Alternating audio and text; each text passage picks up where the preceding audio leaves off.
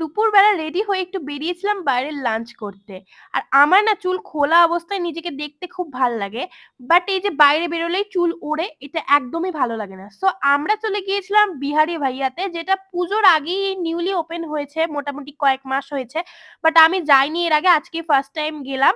তারপর গিয়ে ডিসাইড করে নিচ্ছিলাম যে কি খাবো না খাবো। তো মারা I think 3 plate veg thali order করেছিল, 2 plate I think mutton handi, আর আমাদের জন্য চিকেন দম বিরিয়ানি, এরকমই কিছু অর্ডার করেছিলাম আমার আর আমার বোনের জন্য। তো ওখানে ওয়াশরুমে গিয়েছিলাম হ্যান্ড ওয়াশ করতে, বাট পিছনের ডেকোরেশনটা এত সুন্দর, একটু সেলফি টেলফিও তুলে নিলাম। বাট আমার মোটামুটি লেগেছে। আর এই যে আমাদের বিরিয়ানি, 1 প্লেটই অর্ডার করেছিলাম, অনেকটা কোয়ান্টিটি ছিল, দুজনের হয়ে গিয়েছে। তো আমার এই বিরিয়ানিটাই ভালো লাগলো। মা বলছিল খাবার অনেক ভালো। মাটনটাও আমি ট্রাই করেছিলাম, কিন্তু আমার একদম ভালো লাগেনি, জানি না কেন। মা আবার বললো না ভালোই।